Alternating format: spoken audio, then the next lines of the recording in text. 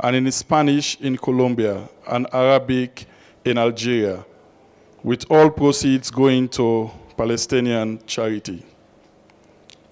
I also want to take this opportunity to also indicate that beyond the few organizations that I have mentioned as partner, we also have the Baha'i Center, who in fact has made this facility available for us as one of the partners.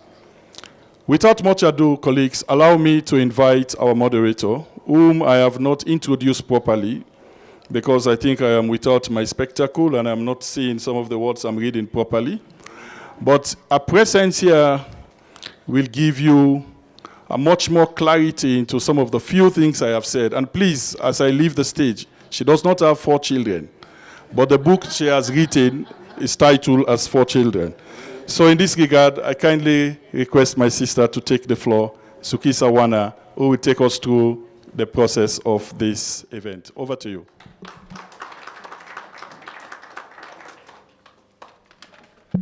Thank you very much, Brother William. And thank you, everybody. I would like to, today is the 14th of February, and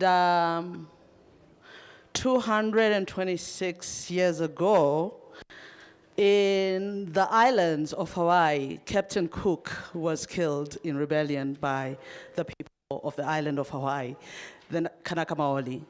I would like us to take a moment of reflection for all the colonized who have died, our relatives in the diaspora who have been killed, and our own brothers and sisters and children who have died for freedom. But the freedom that we still have to cherish some more. Can we take that moment, please? Thank you. Now, I'd please like to call Dr. Ebrima Sal to the stage, because I am supposed to be in conversation with him, as well as the ambassador from Sierra Leone, who is joining us online. Dr. Sal.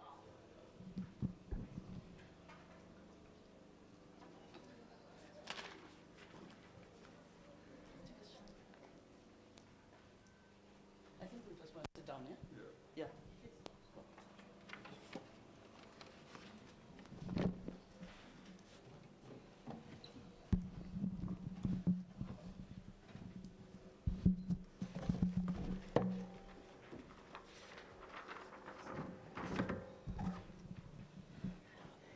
Ambassador Harold Bundusafar from Sierra Leone, can you join us online? I understand you have a speech for us before we begin.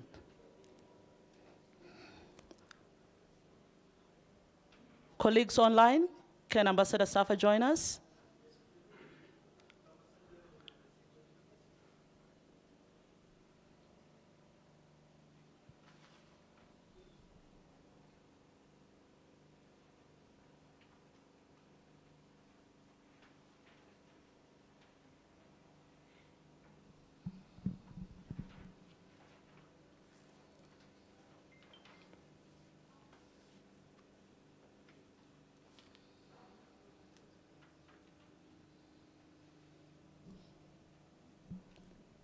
Is he connected or?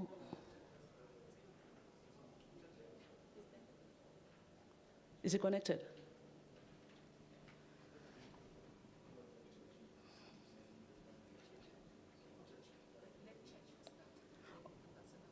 All right. Can we then get Ambassador Churchill Eumbe Monono from Cameroon to the African Union?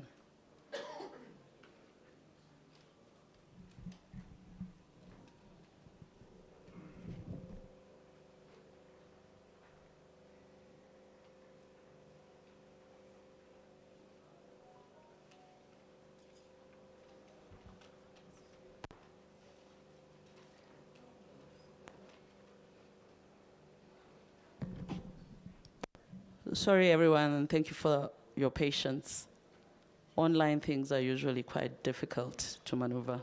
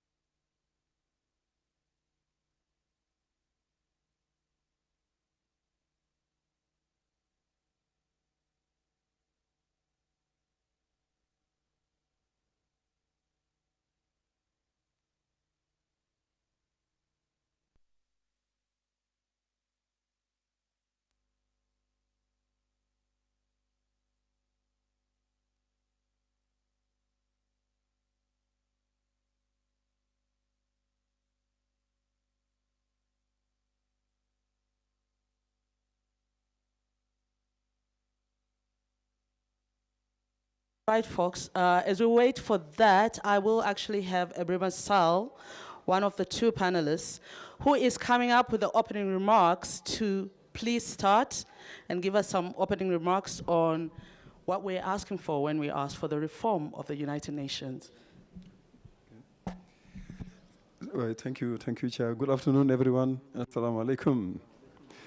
Salamna, because we are in Ethiopia.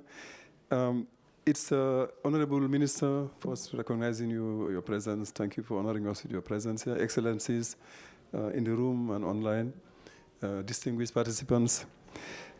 We are, first of all, very, very pleased and very, very proud and very honored to have been, we have had the opportunity to work with AU, ECOSOC, Oxfam, and Amani Africa and the other organizations to convene this meeting.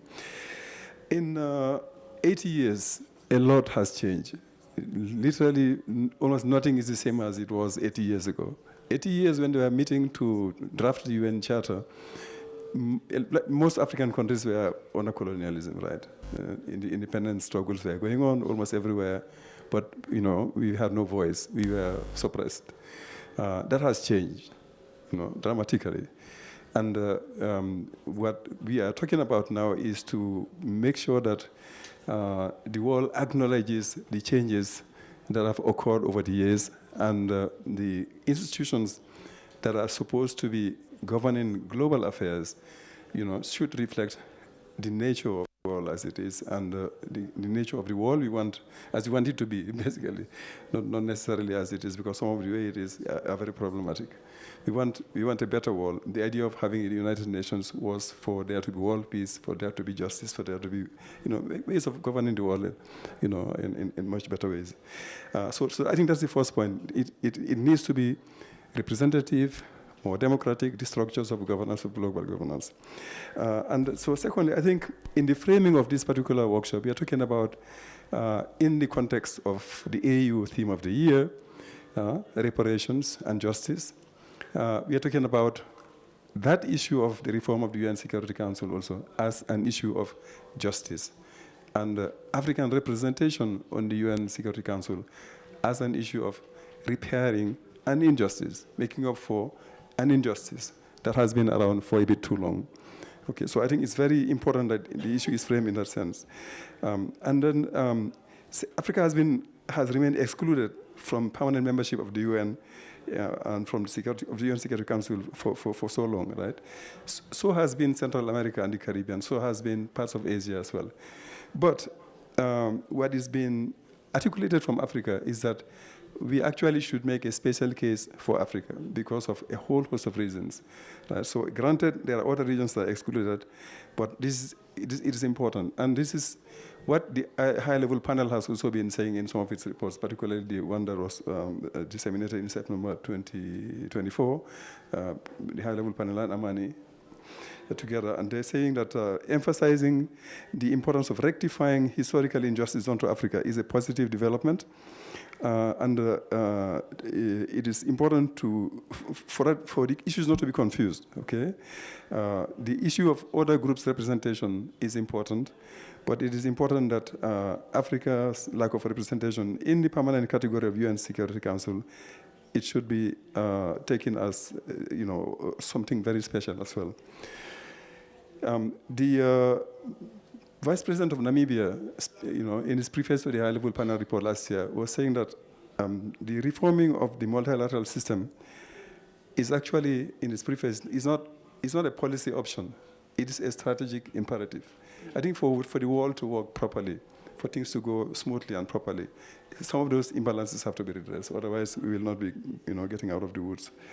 And then, of course, the fact that Article 109 that sort of governs the procedures, the for convening the General Assembly to review the Charter, General Assembly of UN member states to review the Charter, has really not been, it has been ignored basically for all these years.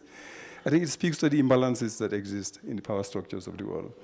And the big question is, how do you go towards creating the political will that is needed for those imbalances to be addressed, for the convening to take place, for example.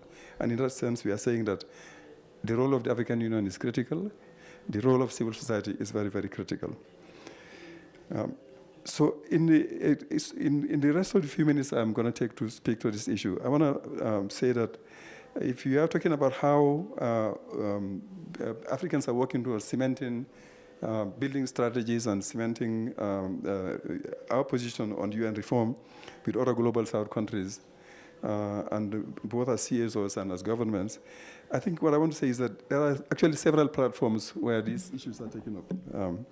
Within the global South, but also at the level of the UN General Assembly. I mean, the General Assembly is a moment when, the civil society comes together from all over the world, particularly from across the South, and then, articulate these issues of the need for reform. And last year, ahead of the convening of the dialogue on the Pact of the Future and the UNGA, we had a number of events in New York that involve many organizations, again, some of which are present here in this room. And one of the events specifically looked at this issue of reform of the Security Council. And the debate was very important, and people talked about the representation and responded to some of the arguments that are made sometimes that, okay, if you want an African representation, the Africans cannot agree on who will represent them or how that will happen. I mean, that is an argument that is just not very strong enough, because we have demonstrated that we can agree. The common position, the Elginic consensus, was adopted 20 years ago. We'll right? get to that. Okay.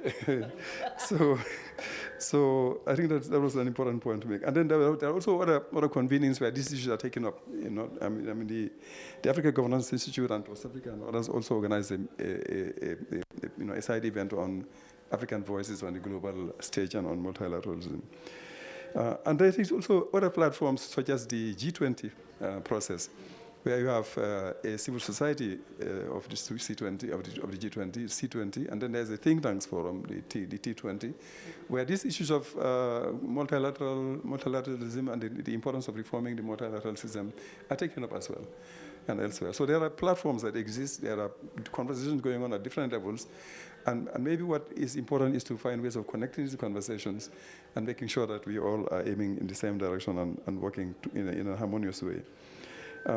The presidency of South Africa of the G20, I think, is a unique opportunity for putting this issue really head on and on top of the agenda. And the African Union is a member of the G20, and whatever reservations one may have about the G20, I think it has an opportunity to pull a issue that is of great importance to us. Well, should I just go pause for a moment, or we? Maybe can we check? Is the ambassador on? Yes. Okay. Maybe you pause there for a moment, because I would like to address some questions to the ambassador as well, as to you. So, Ambassador Churchill, can you kindly join us, please, and give us your opening remarks?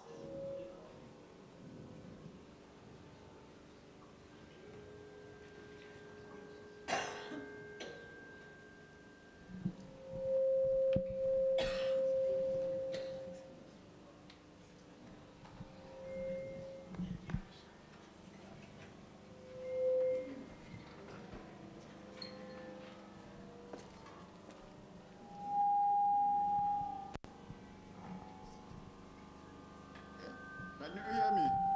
Yes, Okay, now we can. Excellencies, distinguished colleagues, ladies and gentlemen, it is with great honor and a profound sense of responsibility that I address you today at this critical high-level diplomatic briefing on the United Nations Security Council reform. I extend my gratitude to the organizers of this event and the African Union and its partners for their unwavering commitment to equitable global justice and governance. The topic of today's discussion, reforming the UN by invoking Article 109 of the UN Charter to review and reform the Security Council, is a matter of historical, political complexity and moral imperative urgency. For the past 8 decades, as 80 years to be precise, the structure of the UN Security Council has not failed to reflect the changing realities of our world, its evolving dynamics, and most significantly, the rightful role of Africa within it. When the UN Charter was drafted in 1945, Africa was significantly absent, silenced by the shackles of colonialism. The majority of our countries were not among the architects of the multilateral system that governs global peace and security today. This exclusion remains one of the greatest injustices of the 20th century. We are here today not to seek sympathy, but to advocate for meaningful reform and demand restitution through meaningful reform. Article 109 provides a vital pathway for such reform, one that is not subject to veto by the current permanent 5 members of the UN Security Council. The Pact for the Future, adopted by the UN General Assembly last September under an Africa-led presidency, underscores this urgency through commitments to make the Security Council more inclusive, democratic, and representative of all regions. The Pact emphasizes the need to redress the historical injustice against Africa as a priority, and while treating Africa as a special case, improve the representation of the underrepresented and unrepresented regions and groups. Distinguished friends, the call has been made for reparative justice for Africa.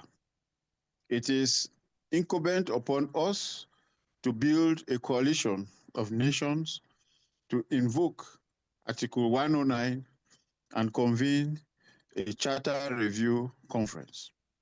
Ladies and gentlemen, Cameroon has been at the forefront of this struggle for reform since the inception of the Committee of 10, that's C10, on Security Council reform in 2008. As one of the original members, Cameroon has actively shaped the common African position articulated in the Ezowini Consensus and the Setre Declaration. These frameworks demand no less than 2 permanent seats for Africa with full veto rights and 5 non-permanent seats.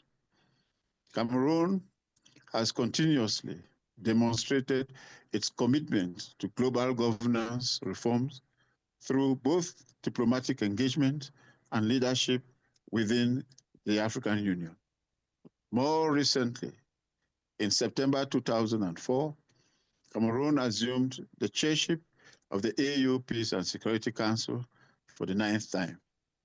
During our tenure, we prioritized disarmament initiatives and chaired the Africa Amnesty Month, underscoring the need to reduce the proliferation of illicit arms on the continent, a task made more difficult by the current inadequacies of the UN Security Council.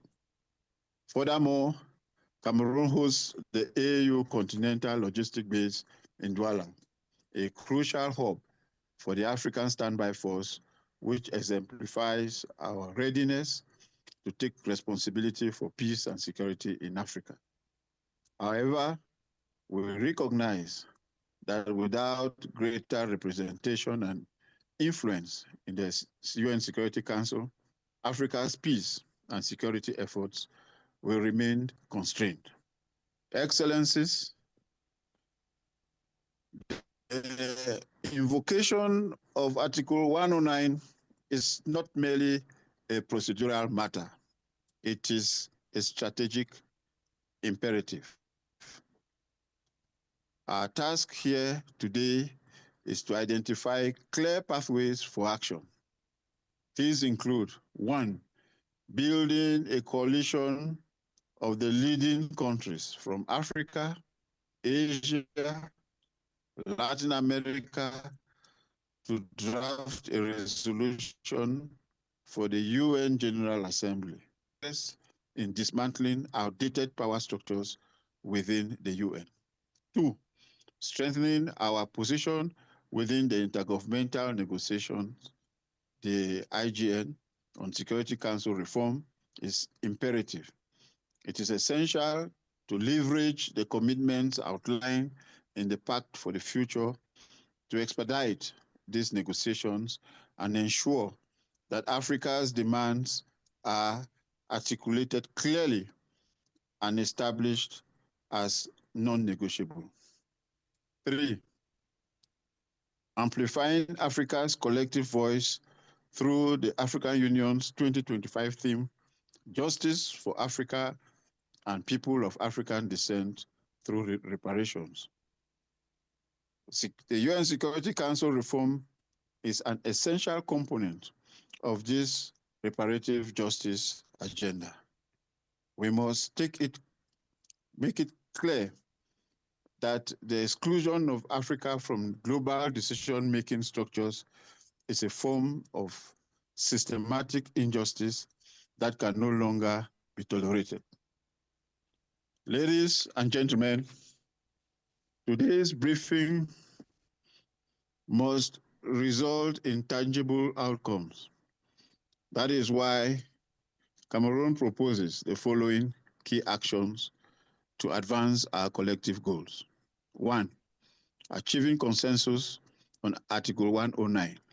We must agree on a coordinated strategy to invoke Article 109, engaging both member states of the African Union and diplomatic delegations from other regions. Cameroon is committed to working within the C10 and the PSC to mobilize support for its initiative. 2, drafting a unified resolution. We call upon all stakeholders to begin drafting a resolution for the UN General Assembly that reflects the core principles of the Common African Position. This resolution should also incorporate perspectives from our allies in Asia and Latin America who share our call for a more democratic and accountable Security Council. 3, issuing a joint statement in alignment with the AU's 2025 theme.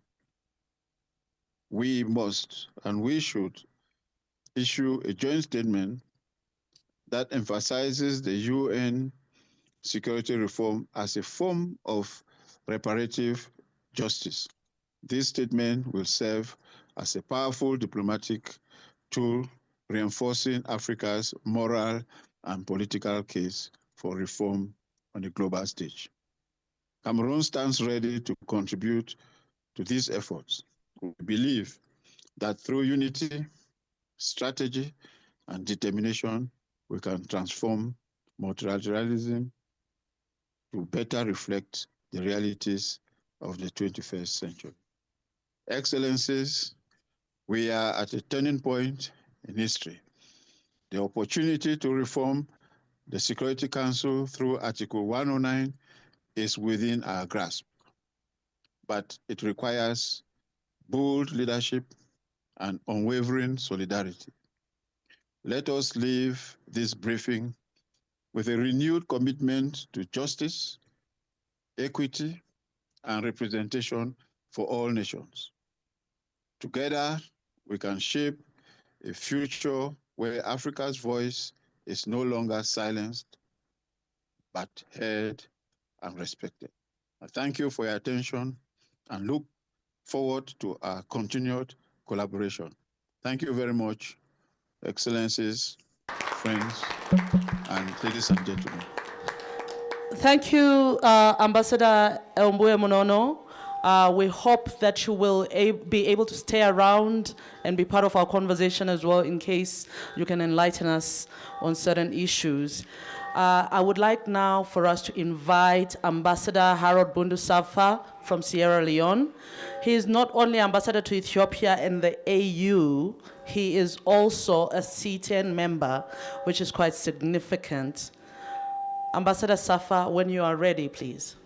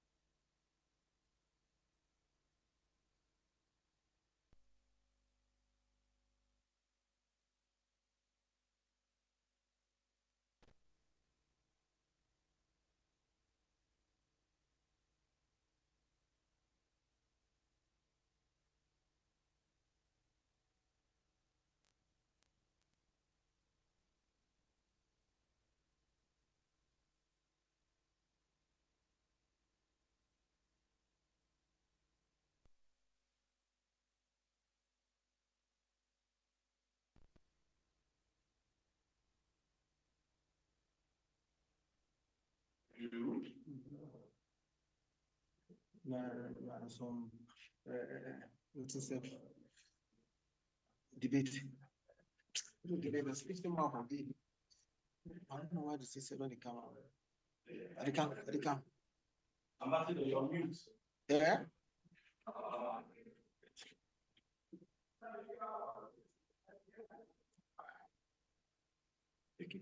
Mute. Hello. Hello. Hello.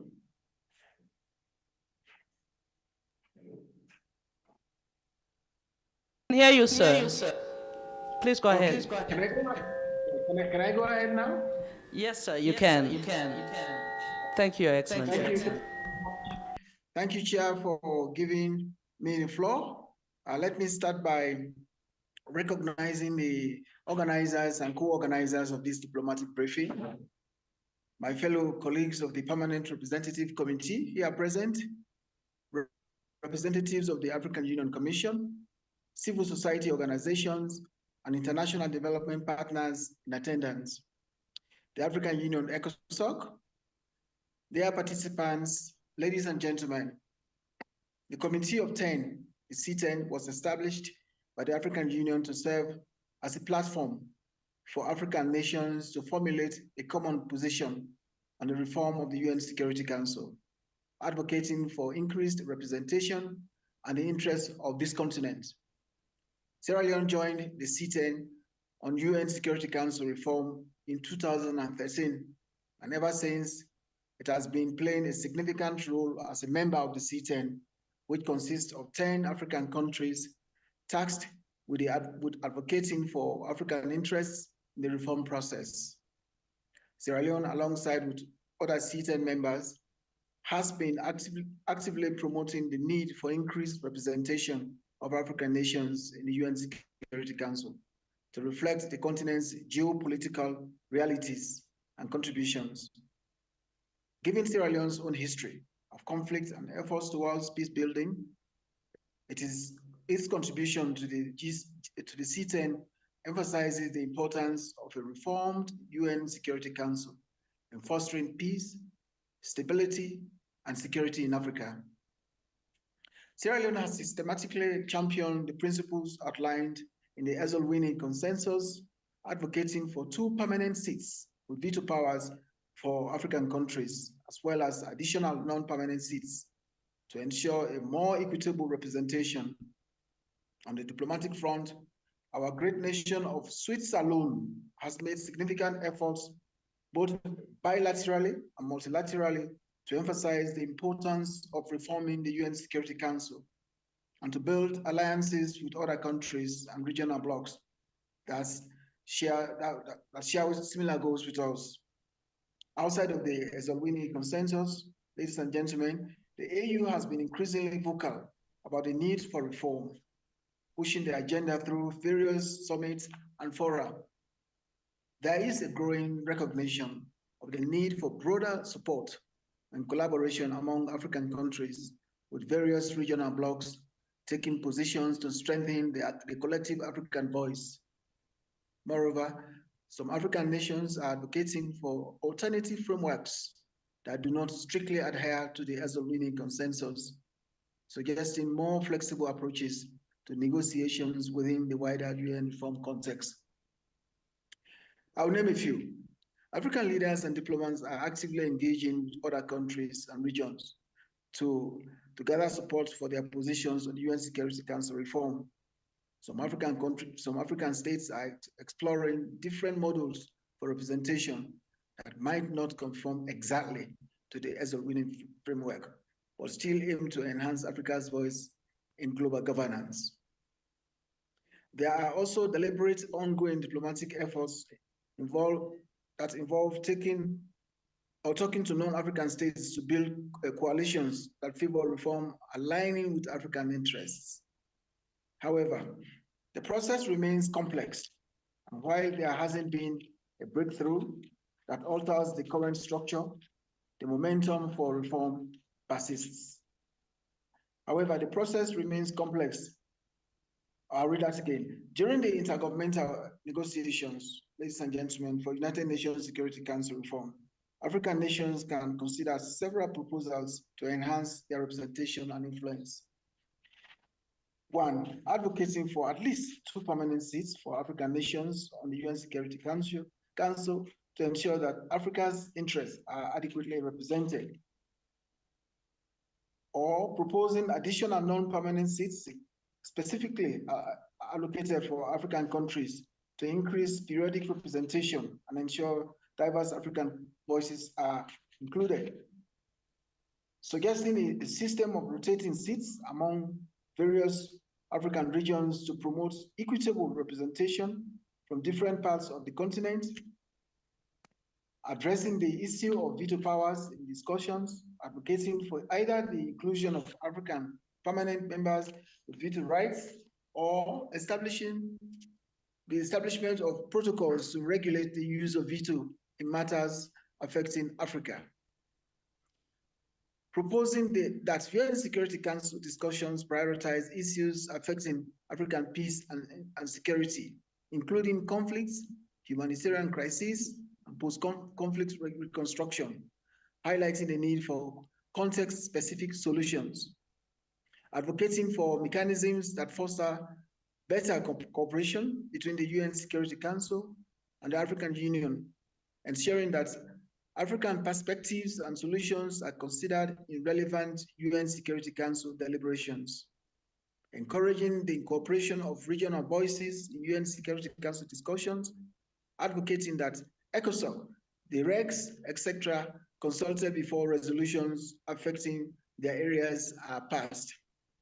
And finally, proposing the establishment of formalized processes or mechanisms for ongoing consultations between the UN Security Council and member states, especially those from Africa, to better address regional needs and concerns. Ladies and gentlemen, Sierra Leone, like many countries in the Global South, is actively engaged in discussions around the United Nations reform, often working closely with civil society organizations and other governments to advocate for changes that reflect the interests and needs of developing nations.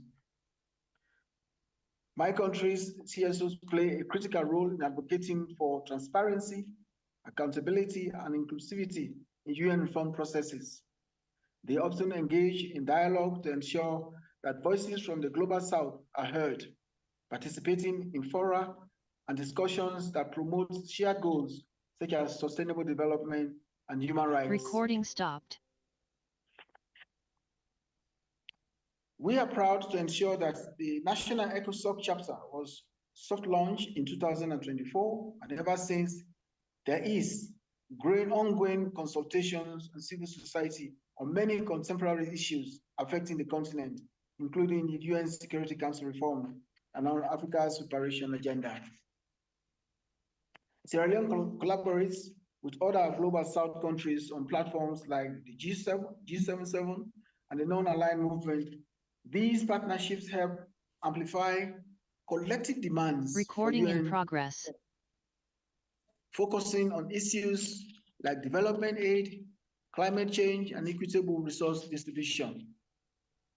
African states should firmly advocate for the inclusion of African nations in decision-making processes, ensuring that Africa has a voice commensurate with its geographical significance.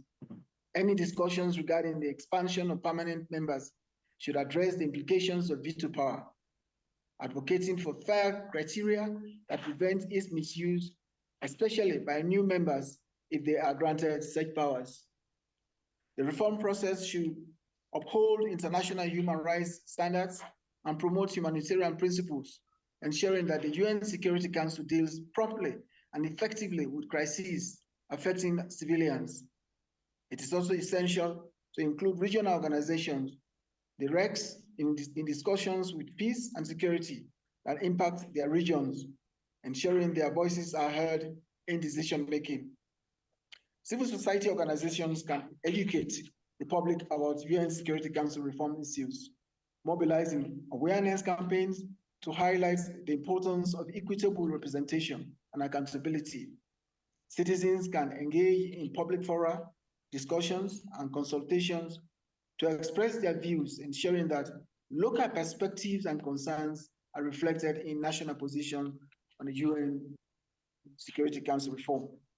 Civil society, especially with lead from ECOSOC, can form coalitions with other organizations, both regional and global, to create a united front that amplifies their demands in international discussions. Chair, I'll be very brief by stating that by actively engaging in these areas, citizens and civil society can play a crucial role in advancing a reform agenda that aligns with the principles of equity, accountability, and representation in international governance structures. This discourse is of utmost importance to both Sierra Leone and the African continent. Last year, in the build-up of the UN Summit of the Future, we relentlessly echoed our sentiments on the UN Security Council reforms agenda. We opine that the current UN Security Council model is slowly killing multilateralism. The ability to unilaterally block decisions may weaken the role of multilateral institutions, as African states may turn to alternative bilateral or regional arrangements to address issues, thus bypassing global frameworks. Let me end, ladies and gentlemen, by reiterating Sierra Leone's staunch commitment to echo and amplify the concerns of civil society on the UN Security Council reforms. On this same vein, I wish to thank and commend the organizers, and let's not be disheartened. Smooth seas do not make skillful sailors, so we have to hang in there. And let's not be disheartened. I keep saying that. Let's keep momentum growing. Let's believe in our potentials to change the narrative. My apologies for not being more physically present with you, ladies and gentlemen. As you may be aware, the summit is all more or less here, and I have a lot to do in terms of trying to receive the delegation from my country. But having said that, I just want to thank you for your kind attention.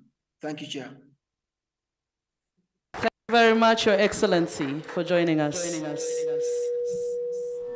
I'd like us to recognize, before we go forward, the representatives of the different nations that are here with us, from the African Union, from the diaspora, and from international organizations, from representatives from China, from India, and other countries across the continent. And of course, Honorable Minister, thank you for sitting through with us and joining us. I would like at this point, because we're running a bit late because of technology, call upon our panelists, Professor Tim Murithi, Head of Peace Building Interventions. Please come forward and join Ebrima.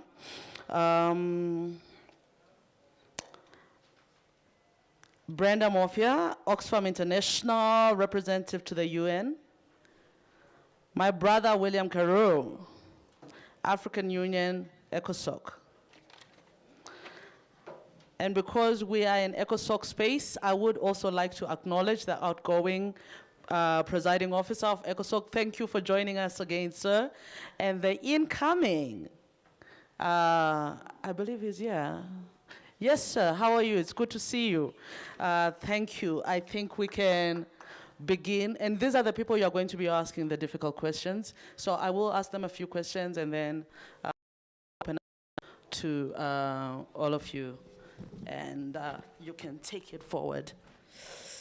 Right.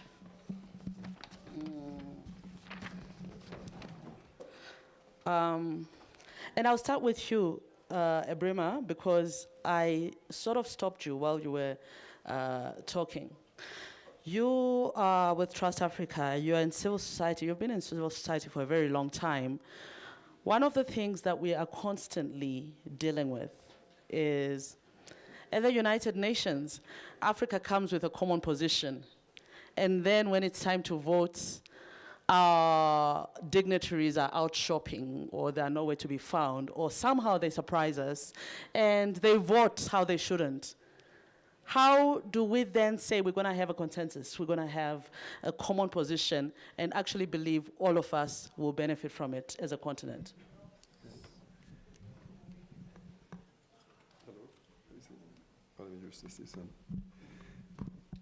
Yeah, well, I mean, I think the situation you're describing is not the best of situations. I think it's a question of responsibility and accountability. Civil society definitely should be calling our representatives and questioning them, keeping the pressure on them, making sure that common positions are adopted, and they are adopted, like the one we're referring to, and the ambassador who spoke just now also mentioned the common position on the reform of the UN Security Council.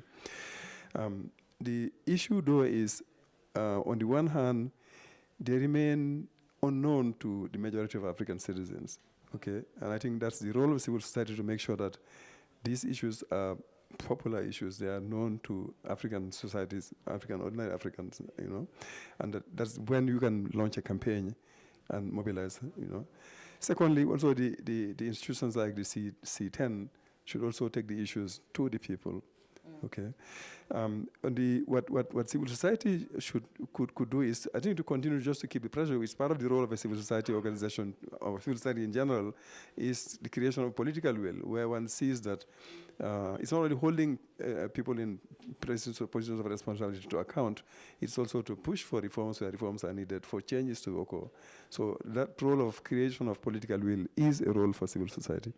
And I think if you are effective, if you are asking our governments and people representing us in international forums, or in, and if you are interacting with our legislative assemblies, with the parliaments and so on, and asking questions about what they're doing to make sure that those who are representing us in these international forums are there to participate and to articulate our common positions, then I think we'll begin seeing differences. Because if those go in, instead of going shopping, if they know that when they go home, they'll be asked what they did, what they've achieved, then I think they will be a bit more careful. All right. Yeah.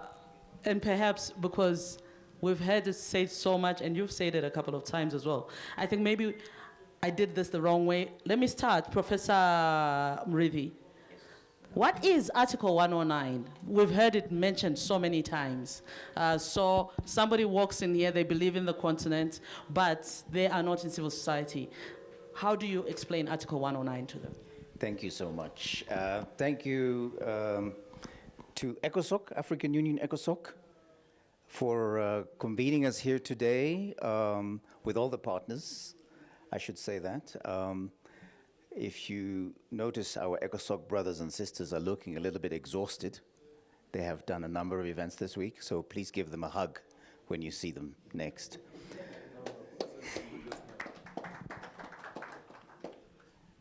Specifically to Article 109, and I think I should mention also, Madam, if you allow me,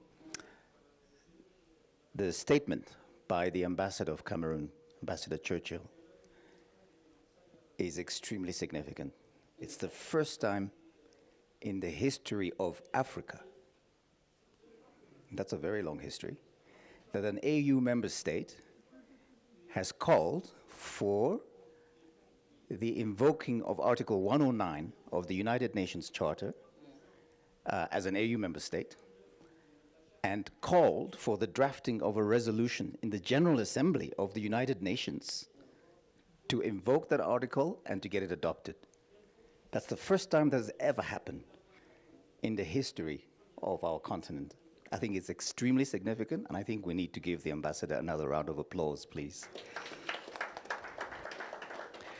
What is Article 109? All of you are here because you have significant reading skills, and all of you are here, also you have smartphones.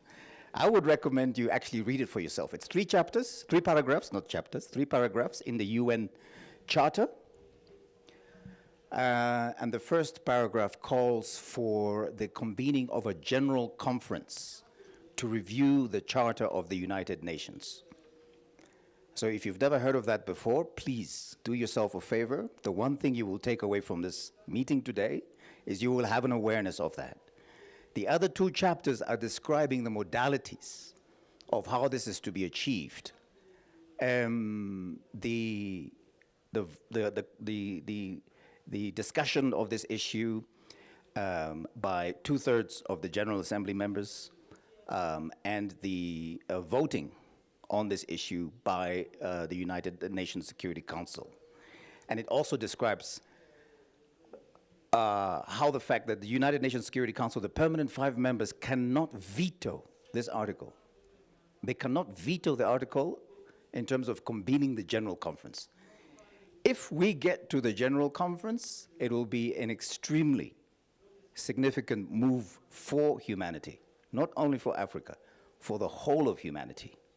It will be the first time we're having a conversation as a collective of 193 states, 8 billion people, to determine what type of system of global governance would we like to see the UN transition into.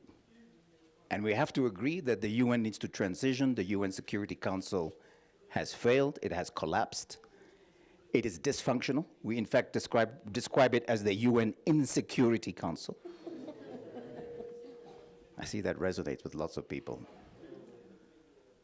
So the system is broken, and the UN Security Council is not coming to save any of you in this room. God forbid your country tumbles into crisis, the UN Security Council is not coming to save you. And so it's important for us as Africans to push for this agenda. It is very relevant to us as Africans. The third paragraph of Article 109 calls for a convening of this meeting 10 years after the adoption of the United Nations Charter, which happened in June 1945, 80 years ago, Dr. Sal mentioned. It has never been done to completion. So it's quite a strange thing if you think about it. The United Nations has never used its own review mechanism to review itself. And so we have to push that agenda now. And I know the sentiment is UN is useless anyway. Why should we bother? Because the issue is, if we don't have a system that speaks for all of us as humanity, we can't address issues like climate change, food insecurity, artificial intelligence, etc., etc., etc. Let me conclude, if I may. Yes, absolutely. Or you want me to carry on? No, because I want to follow up to something you said and ask Brenda. Okay, let me stop then, because I don't want to hog the space. It's okay, you can hog it later when we're having drinks. Ms. Mofia, thank you very much, Professor. Ms. Mofia, you have been quite involved in the need for this campaign to reform the UN. And I wanted to ask, you are in Oxfam, what are the conversations you are having with your comrades in Asia so that everybody is on the same page and is speaking, and that 3/4 can be achieved so that people can actually have the discussion on Article 109. Thank you very much, Suzuki. Ahead of the Summit of the Future last year, Oxfam released a report demonstrating how 23 conflicts across the world had either been protracted or worsened as a result of the direct failure of the UN Security Council. And that direct failure we tried to demonstrate in terms of the structure and the powers that it has, the decisions that are being made, and just generally the selective manner in which the UN Security Council has been working. And out of that, we made a call and said, unless and otherwise we reform the UN Security Council, then this world has no chance.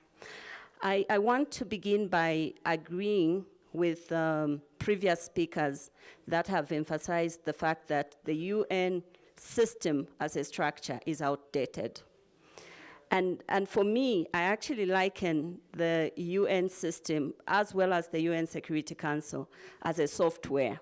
In today's world of modern technology, you're talking about a software that was developed in 1945 in order to address issues that were then in 1945. But then we're applying it in 2000. Not been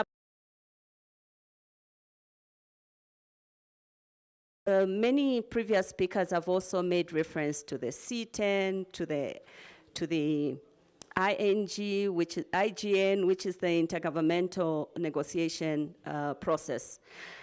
I know there's been commitment from the ambassadors, but from what we've been following, I think it's very evident at so many levels that there's very little political will to reform the UN. The UN as a system, as well as the UN Security Council. The IGN, what are we talking about? This is a framework that was established in 2007. It's a framework that's talking about 18 years of negotiations, and yet nothing has happened. It has, through the negotiations that have happened in the IGN, we've witnessed 16 decisions at UN General Assembly level. And yet we are still talking today about UN Security Council reform with nothing in sight. I think, and I believe, unless civil society and citizens and their formations take a proactive interest in the reform of the UN Security Council, nothing will change. We're not going to see anything. We can say a lot about what's happening in the IGN. Currently, the IGN is following up on the decisions that were made through the pact. The call that has been made, for example, to take Africa as a special case, to make sure that the expansion does happen, to redress the injustices of Africa. It was made in September, and we're talking about 6 months, almost 6 months now, to that decision. C10, I'm glad the ambassador spoke about the commitment, but the C10 is yet to even, despite that call that was made, the C10 is one of the blocks that is yet to come up with a model. The agency has been made, and yet the C10 hasn't come up with a model to implement the call that was made through the Pact for the Future. Address the issue of political will. I mean, what is it that we talk about when we talk about political will? So just excited that we're having. Thank you very much. Thank you for that. My brother William, this is I was talking to my son who's 19, and you know, the average age on this continent is 17 point something or 19.4, pretty young. But we've got a young continent, so we are all essentially too old for this continent. But here's the question he asked me when I told him that I was moderating this panel. The Ezulwini consensus asked for 2 permanent seats and 5 non-permanent seats on the United Nations Security Council. We are a continent of 54 countries. I would add that 64, including our diasporas. Meanwhile, Europe has 50 countries, and they're represented by 4 permanent members. And I would argue that the US is actually a Euro-American representative as well. Why are we only asking for 2? Yeah, thank you very much. I think this is a question which should have been directed to policymakers. But let me assume to be a politician for the first time. You've got enough friends. I think to start with, one of the most important aspects in this conversation is the fact that most of the time, civil society speak to themselves in the room when we are discussing such critical issues. And at the same time, we have policymakers or political leaders also speaking to themselves without citizens' involvement or citizens' participation. And we are saying if the African Union is indeed a people-centered union, if we want to live up to that philosophical foundation that it's a people-driven and a people-centered union, then we should be able to have this kind of interface where citizens are able to talk to their political leaders. It's very important. And I think this particular platform gives us that opportunity where organizations that have been working in this on these issues are currently having this interface with policymakers. In the room, we have members from different diplomatic institutions that are here representing their countries, and we're able to have this opportunity to have a conversation. Now, in response to your question, I think the whole conversation emanated from a point of equity. We are saying the manner at which the African continent is represented within the multilateral system does not give a fair representation of Africa. And especially when significant issues that are discussed at the table have to do with Africa. And then yet still Africa does not have a voice where decisions are taken about themselves. So sense of ownership is not there. And then you are being driven and decisions are being taken for you on issues that pertains to your continent and your development. So the fundamental point is for us to be able to get to a point where we can have a voice. And I'm pretty sure, like you rightly said, there's need for us to ask for more.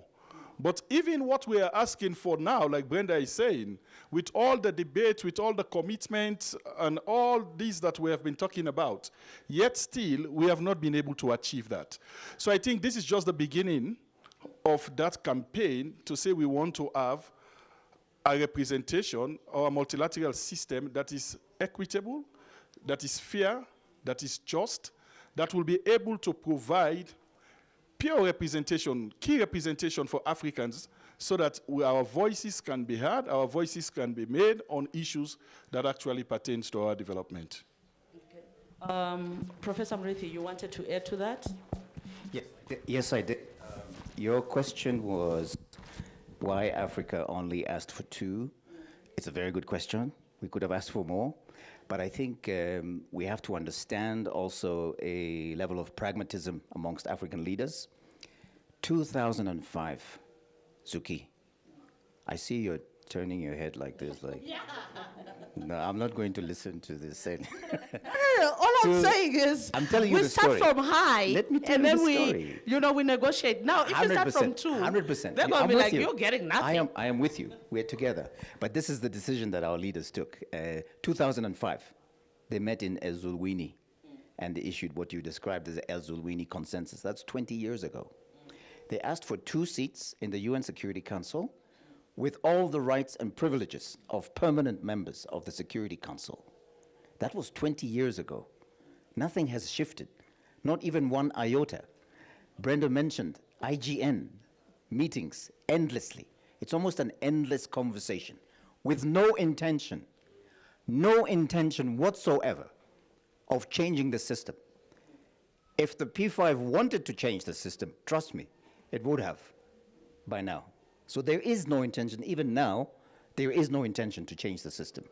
So we have to fight a different type of battle. This year, the United States ambassador to the United Nations Security Council said the US policy has shifted. It is prepared to give the African continent 1.4 billion people. France has 67 million people and has a permanent seat with a veto. UK has 67 million people, has a permanent seat with a veto. Africa, 1.4 billion people, 55 countries, member states of the United Nations, no permanent seat, no veto. The US said, we will give Africa 2 permanent seats, but with no veto rights.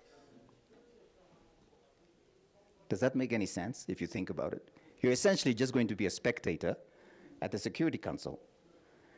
You will have permanent spectating rights, but that's about it. And 60% of the agenda of the Security Council is dealing with the 14 conflicts we have on this continent. In 2005, very quickly, let me close, the issue became which 2 African countries will represent the African continent at the Security Council. And I had a very interesting discussion with Minister Kamara. And thank you for coming, Minister. I'm not channeling you. This is my perspective, so you're politically covered, don't worry. We were discussing about this issue of which 2 African countries should represent Africa at the UN Security Council. That is a false conversation. It's a false narrative, it's a false discussion, it's distorting issues, and it's misdirecting us from actually unifying as an African continent. We are the African Union. We have the African Union Peace and Security Council. The Peace and Security Council has regional rotation and elections. The Peace and Security Council will determine which 2 countries or representatives end up working at the UN Security Council. It could even be a combination. We can have a rotation every 3 months, every 6 months. We can be creative in how we figure this out. But the 2 seats belong to the African Union, and the Peace and Security Council makes the decision which representation will go to New York. That's why I'm saying it's an extremely false conversation. Don't get caught into it. Don't allow your countries to get caught into it. And don't allow external actors to force this narrative onto us. Let's reject it with all the contempt that it deserves. I wanted to be dramatic because I know you have a very strong creative background. Thank you, Prof. Brima, I know you want to add to that. Yes, I mean, I think the conversation is, thank you both for, this inputs on the, talking about, things that we shouldn't compromise on. I think that is something we shouldn't compromise on. But the conversation has moved also. You're referring to the Oxfam report. At that meeting in New York, the Oxfam International representative said that we actually should be even asking for or calling for the abolition of veto rights altogether. It's much more ambitious, it's much more difficult, but so long as you have these veto rights, you will have problems of different kinds. Because Africans will use it to say, okay, certain things don't work for us, then we block. When it's France against everybody else, they would say they block because some things are not working for them. So that whole issue of veto rights... Doing that pretty well for himself.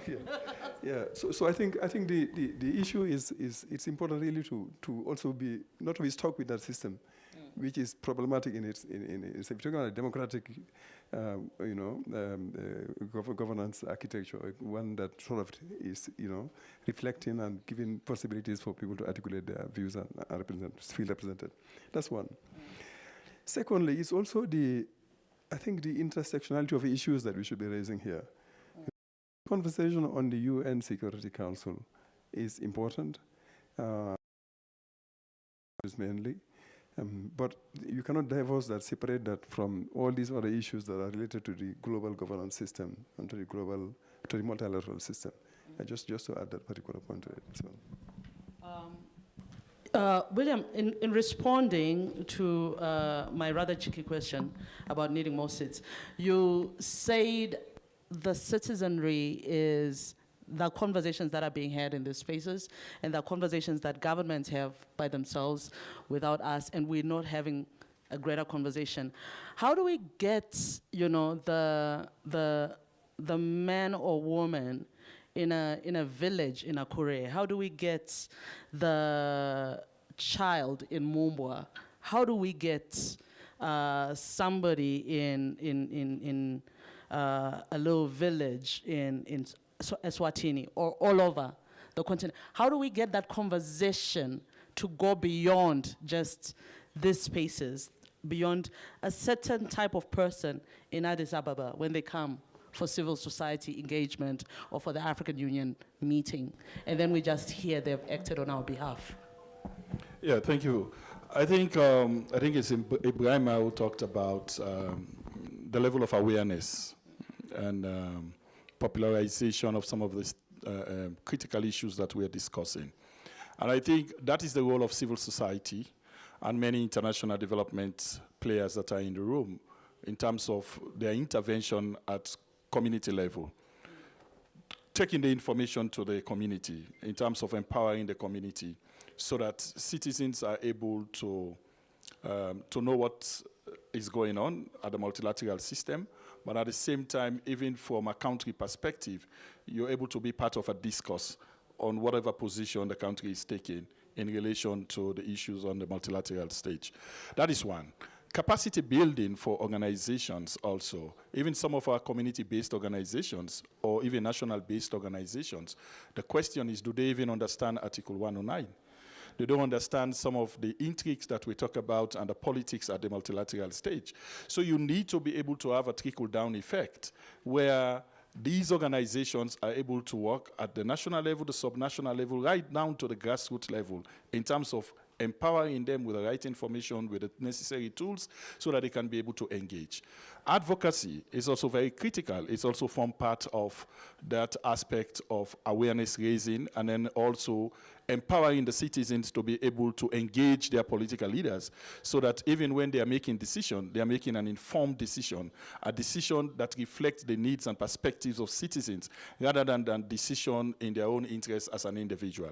So these are few, education and training, these are all areas. And in terms of model that can be used, there are community engagement kind of model, the peer counseling model, peer-to-peer educator model, there is public participation engagement kind of a model. There are different forms of model in terms of engagement. You can use community radio, you can use art and drama, and many other forms of passing the information.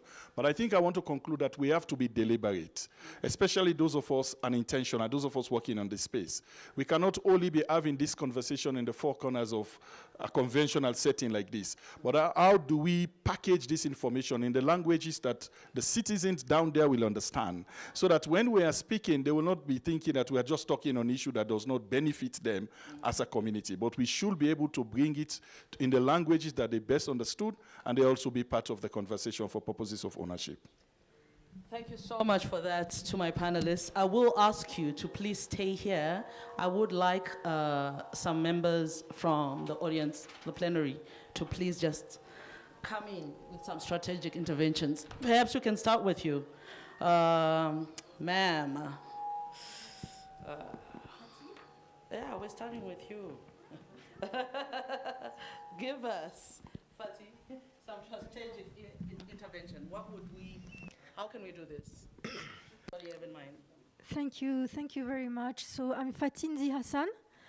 I'm the Africa Director for Oxfam International. Thank you for this discussion. I've been listening to the panelists with great attention, and I was also pleased with the keynotes from our ambassadors. So today we're talking about an issue, but it's not only about governance. It's not only about policy. It's not even only about politics. We mentioned it, Africa is 1.4 billion people, representing 55 African Union member states and UN member states. And it's the only continent without a permanent seat at the United Nations Security Council. So we say it's not an oversight. We say it's a historical injustice that continues to undermine our ability as Africans to shape decisions that can and that are affecting us.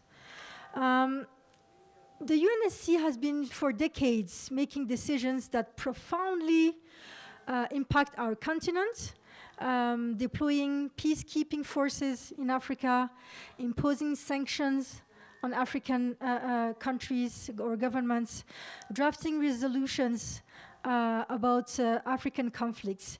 But Africa remains excluded as a permanent member. And a system that is producing 81% of resolutions on Africa, on African conflicts, while Africans themselves have no say in shaping those resolutions. We say it's not a broken system, it's a system that is intentionally malicious. So we're asking, where is the principle of democracy? Where is the principle of fairness that the UN claims to uphold? And those dangerous questions to ask today, because we're not in a situation where the UN is not challenged. We're already seeing undermining of multilateralism, undermining of the UN, and other forces organizing to counterbalance the influence that the UN has. Going back to the exclusion of Africa, we say that the consequences of this exclusion are really are real, they're tangible. Africa is being treated as a crisis and not as an agent, as in a stakeholder with agency, with solutions to offer. When there's conflicts, the response is too often delayed or underfunded or mismanaged or all of the above. We can take Ethiopia as an example. There's 380,000 people, unfortunately, who lost their lives in a devastating war, but there's been no UNSC resolution that was passed on the conflict. And this silence is, again, it's not incidental, it's not an oversight. It's the result of Africa's lack of representation in this space. We can talk about also African Union Peace and Security Council, who has not also written any resolution on that. But today we're speaking about the UN Security Council. Africa is not at the table, and we say when you're not at the table, you are on the menu. And for us, it's not acceptable. And as it was mentioned, Oxfam has a very strong stance on this issue. We say that African Union should firmly demand for 2 seats, permanent seats. On the veto, it's a bit nuanced. In principles, we're not for veto, as it was explained. But as long as there's veto, these seats should come with veto. We say that no country should have a veto, the power to block or to dictate peace and security decisions unilaterally, and this is what we have been seeing over and over again. And this veto is really, as my dear colleague and sister Brenda was saying, it's really outdated. It's the sign of an outdated software. This is not just, and it's not fair, and it should be abolished. And we say that this is a moment where Africa needs to stand united. And I don't agree that we don't stand united. We have seen, even last year and the year before, around UN Tax Convention, how African countries were able to steer the conversation on the UN Tax Convention and also steer the decisions that were adopted. So I know that we can stand together if we see our interest, individual and collective, and this is a situation where we should stand. We should demand the reforms that will give us the influence and the respect that we deserve. This is not the time for symbolic gestures. As I mentioned, we are Oxfam. We fight for justice everywhere, and we refuse to accept this injustice within the UN Security Council. We demand concrete action, and we demand it now. Thank you very much. Thank you very much, Fatih. Honorable Minister, you are the politician in the room, so we'd like to hear your intervention. Allow me to stand, please. Thank you very much, Brenda. Initially, I refused to lend my voice to this discussion, but as the discussion goes, I asked myself some series of questions. I have been with William Keru for the past 20 years as a scout. In Sierra Leone, there was a point in time when we want to change the narrative in the Sierra Leone Scout Association because it was not in the interest of the young people of the country. So on 3 occasions, we have to retreat. We form a committee. We are recalcitrant. We are very recalcitrant. On 3 occasions, we went with, we did not succeed. So we went back and we decided that whenever we go for the annual general meeting, we give lots of conditions, that we want them to fulfill. And because we are giving them too many conditions, they even don't allow us to be part in the hall, in fact. So they started for keeping us away from the hall. So we reinvent the winners. So first of all, let us try to be in the hall. And I think the most important is first for Africa to be in the hall. Giving conditionalities when you are out of the hall becomes very difficult for them to allow you to be in the hall. So I think for me, the first important is for us to be in the hall. Let it be in the room. Let's have Africa in that room. And then we'll start the discussion around the conditionalities as to how we'll settle ourselves in the room. Number 2, I came yesterday from Dubai, and I landed this morning. I was part of the APRM meeting, and when the discussion was going, the first question I asked myself, I have not seen the civil society organizations around the UN headquarters demanding for what we are talking about here. Rather, we are about 3 or 4 kilometers away from the UN headquarters, meeting here. And the people who we are supposed to talk to are not here. What we'll be submitting to them is written reports. And those written reports, we, the politicians, always feel that money has been expended for that report to be written. So where is our physical presence to talk to the politicians when all of them, or most of them, are here now?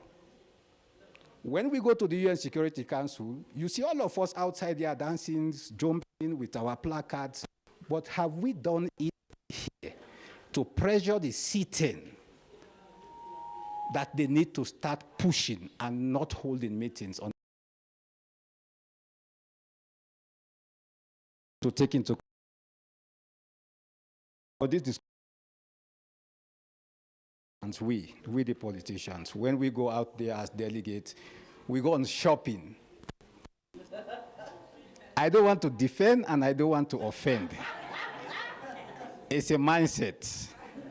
For me, when I go out there, I make sure that I do the needful. But the question again, what do we ask? When that discussion it was August 14 at the UN Security Council, when my president presented a paper for the reform of the UN Security Council. All of us here are from different African countries. Let's ask ourselves, did we engage locally, as my brother was saying, did we engage locally to make sure that our people understand what is happening at the UN Security Council? No.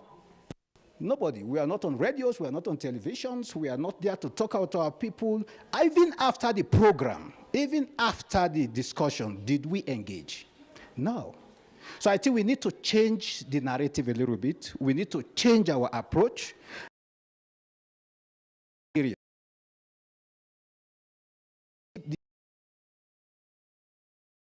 It's no longer on the move. So first of all, let's start from home. If we are pushing the UN Security Council, what about our own institutions we have set to push our agenda? What are they doing, first of all, at home, to push the UN Security Council or put them under pressure? First, let's start put pressure on our own. Then they will see the need now for them to put pressure at the UN Security Council. Thank you very much. Thank you for that very worthwhile intervention, Minister. I think at this point, I'd just like to volunteer that I'm happy to toy for President Cupcake at the G20 as an intervention for this. Dr. Deso, an intervention from Dr. Solomon Deso, Amani Africa. Is he in? Okay, let's have Mr. Briggs Boma from Trust Africa for your intervention. What will you have us do? Thank you, Zuki. Greetings, everyone, and thanks for the illuminating insights from the panel. So there's very little to add. I think what I can add to start with is a sense of the moment. I think Brenda mentioned that this is a software from 1945. That was the last big historical moment that gave us the current global order in terms of multilateral system, global governance that we're discussing. So I think it's important for us to appreciate this particular moment as the termination of that historical wave that rose in 1945. And it also means it's a moment of historical opportunity to define the next historical wave. So I do agree with Fati when she says it's not time for symbolic gestures. It's actually time for the most radical propositions that we can put forward as a continent. And I think our leaders need to be informed by that awareness and that reading of the moment, because we cannot be pushing the same arguments that we were pushing 20 years ago or 15 years ago. Maybe at that moment we could have won certain mild reforms, but right now it's about the most radical propositions that we need to be putting forward. But when we also say the 1945 moment has expired, it also means it has exhausted, in a historical sense, its capacity to solve contemporary questions. And that's why, whether it's economic governance, it's peace and security, we are seeing this inability of this framework to be able to answer contemporary questions. And it just speaks to the urgency of the conversation that we are having. Then there's this talk about Africa getting 2 permanent seats on the UN Security Council. My sense, because it's going to take us to a debate of like, okay, 2 out of 55 African countries. How do you even start to look at that? Because we must understand that Africa is not one country, it's not 2 countries, and the reality of African countries are also different, economically, politically, socially. There's so many contradictions on the African continent. And this is one question that I did not hear from the panel, and I'm hoping that we can engage thoroughly as we are moving forward. Instead of thinking about 2 African countries, it might actually be about thinking of the African Union like a collective voice. Because how do you choose 2 countries out of 54 or 55 countries? But there could be a mechanism where the African Union's role in global governance is strengthened, particularly its presence within the, within the UN Security Council. Anyway, there's a lot that we need to be engaging on, but those are the few things I can offer right now. Thank you. Yeah, I think you might have been out. At least 3 of the panelists answered that. So, yes. Institute for Security Studies. Is there anybody from ISS for an intervention? Oh, okay. All right. I will get everybody else from the. I just need this few. Dr. Maneji. Thank you. And thank you for all the other speakers that have spoken to the need for reform of the United Nations Security Council. But for me, I want to just bring back a little bit to the systematic failures that we have seen, not only with the United Security Council, but with our own structures in Africa. I think the Honorable Minister have said that it starts with us in the House first to strengthen our organization, to strengthen our governance. And we are seeing this failure, for example, recently or currently in DRC, where I am country director and where we are seeing things unfolding rapidly, and we are watching as AU, we are watching as SADC, we are watching as EAC, with nothing, no solution coming on board. It pains me, it pains to see all the women and children who think maybe us as leaders or our leaders should actually take a front seat to help them resolve those challenges. And we have seen as well, whenever there are discussions on MONUSCO, armed forces coming for protection of civilians, we wonder what is our role in it. So how can we actually go with one voice for actually making sure that the UN Security Council is we are well represented, when actually we are failing on our structures that we have here? As currently we are talking, we are having people that are running away from Bukavu, being displaced, women going hungry, children going hungry, and we have almost five people, 1 in 5 people in Congo. They are running away from war, they are in displacement. Women are being raped every day. And what are we doing? So I'm so worried about what is happening. So my suggestion is, no matter how much we are calling for the number of seats, but we want to have more power. I think that's why Oxfam is pushing to say we should remove the veto power. We don't need it. Because sometimes it depends with the common interest of the people who have veto power. So the reform is really long overdue. And this is the time that we really need to come together and say, let's do it. The UN Security Council was established in 1945. How many countries were independent? They were still colonized. So it was a system that is different to current system where we have independent states. So our voice needs to be loud, collective, and together for this to happen. The rest have been said by other speakers. Okay. Thank you very much. Open Society, is there a representative? Desiree, there you are. All right. Please, we'll be very curious. Thank you. Thank you, Madam Chair. And thank you to the organizers and the panelists. 3 quick things from me. Of course, the UN position vis-à-vis the so-called 2 seats with no veto is completely unacceptable, period. I was a bit concerned why the AU has not responded to that. Individual head of states say few things. I even hear one of them say, great, because I believe he didn't read all the statements. Only saw 2 seats and didn't read the part concerning the veto power. But this statement needs a response, proper response, so it's not acceptable. Second, Africa is not begging actually for seats at the Security Council. Africa is trying to stop the injustice, period. Now, if the injustice does not stop, what will happen is that the UN will become irrelevant completely. So it's not like we are gaining something. Now, if you see the configuration of the way the international politics is going on now, there are a number of decisions that are being taken outside of the UN. If the injustice does not stop, then the UN will slowly die. Simply, it will still be there as a building, but completely irrelevant. So something needs to happen. Now, the other thing I just want to mention is actually turning back to ourselves.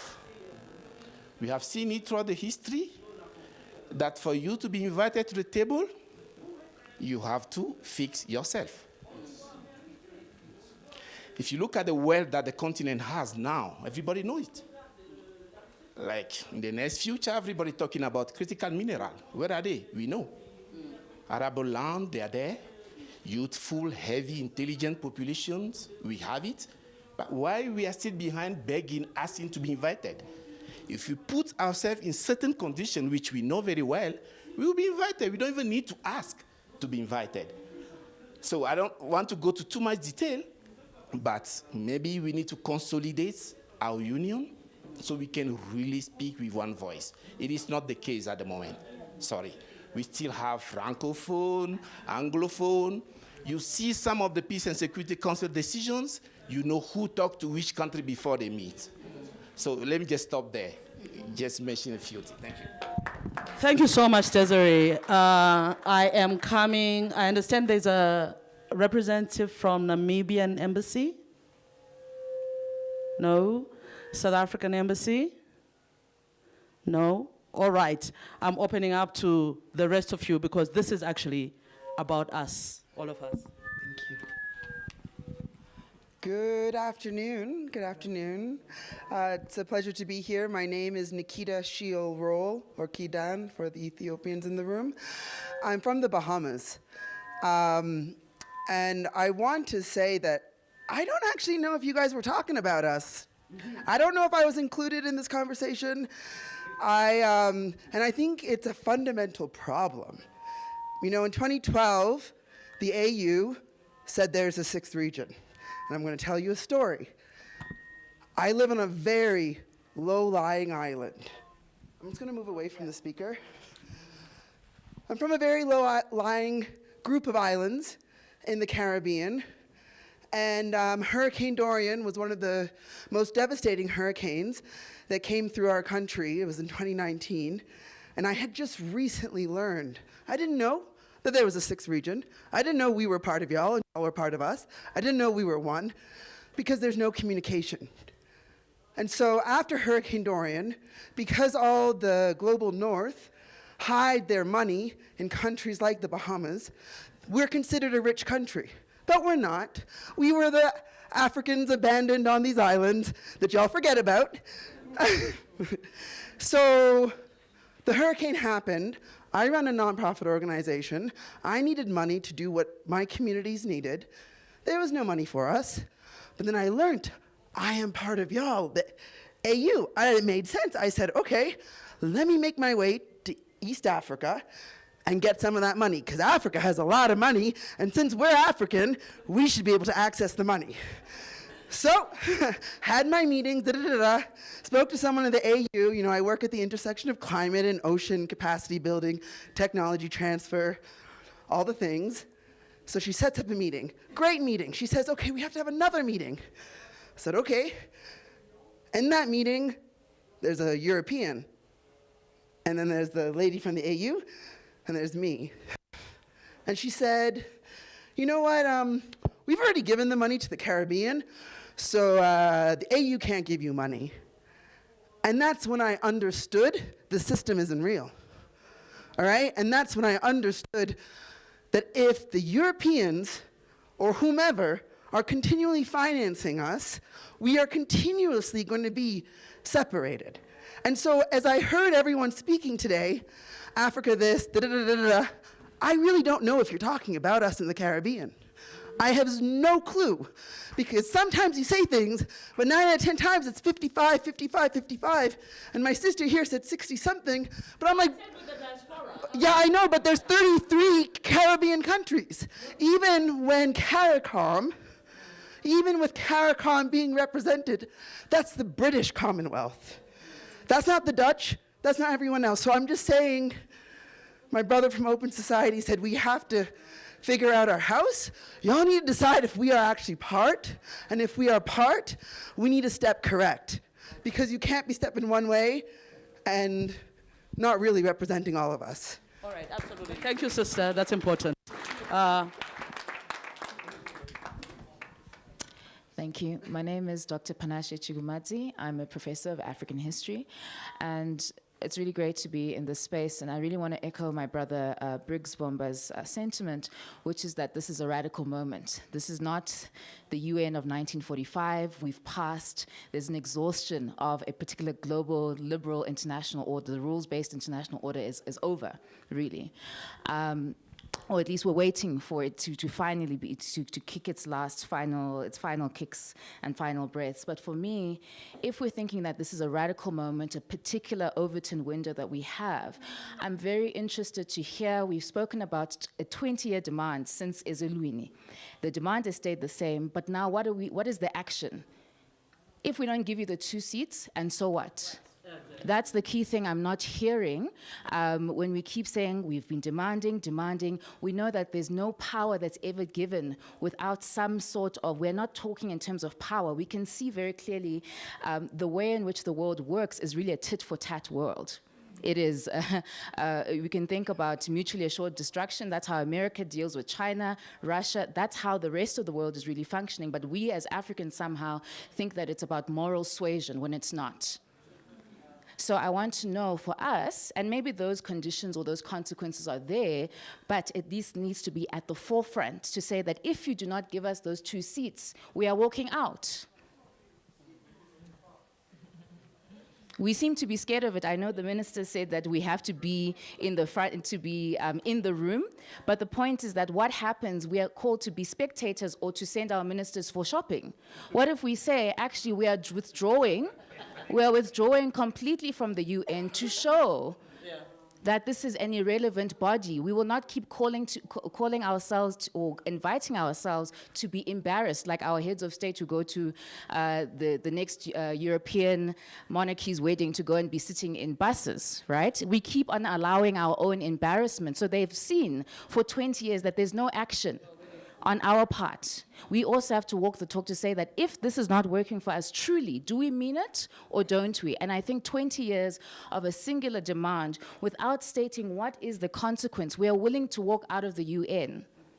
That is the moment that we're in. And I think citizenry, we've seen across the world, with Palestine last year, the whole world was against what was happening in terms of that Security Council. We saw in real time the ineffectiveness of this global multilateral system. South Africa going to the ICJ, we're seeing that it's been exhausted. So this moment is a radical moment, so we need radical action, and this is what we're calling you to do, to show us that you're willing to walk away from things that are not serving us or haven't served us for at least the last 65 years.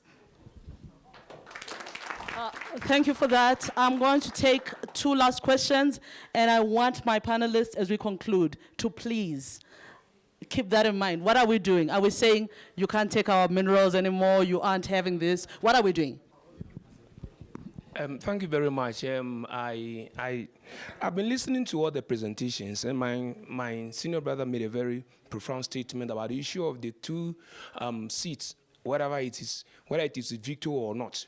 But the question I ask myself is, veto for what?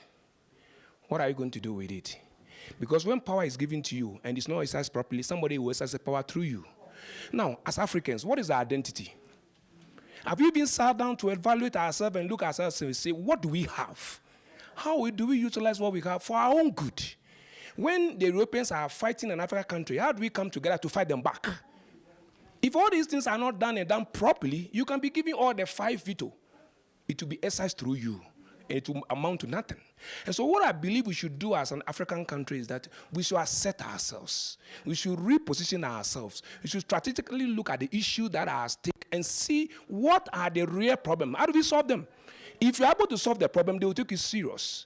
If you're able to solve the problem very well, they will look at you and say, you are a formidable institution or people that can be dealt with and not to play around with. If you don't do that, then we have a problem. Where are the Nkrumahs? Where are the Jomo Kenyattas in our current time who will look at the white man in his face and tell him, look, we are as better as you are? We don't have them now. Our people stand there and they are like, they are being turned around at the comfort of somebody, at the behest of somebody. And so if you give them 2 veto positions, they will be used and it don't be to the benefit of Africa. And this is a point we should look at very carefully. Else, it will amount to nothing. It will come next 10 years, the same story will be told. And I think these are the issues that should gain their minds. Thank you very much. Right. Was there somebody here? Right. Up front, sir, and then sir, and then final.